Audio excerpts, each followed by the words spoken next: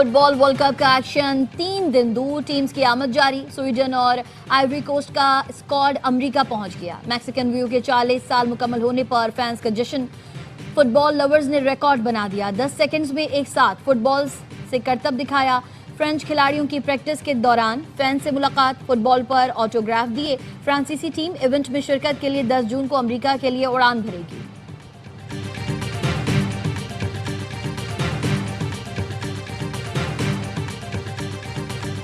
ڈھول کی تھاپ، دف کا شور، منی برازیل میں فٹ بال فیور۔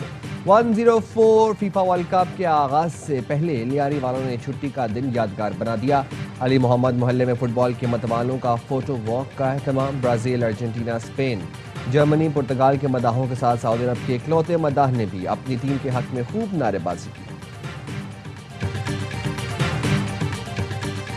اور مالدیو کے بعد افغانستان کو بھی شکست، پاکستان سینئر فٹ بال ٹیم نے 64 سال بعد انٹرنیشنل ٹورنامنٹ کے فائنل میں جگہ بنا لی۔ ڈائمنڈ جوبلی 4 ملکی کپ میں شاہینوں نے افغانستان کے خلاف 2-0 سے میدان مارا۔ عمر نواز اور ہارون حامد نے ایک گول کیا۔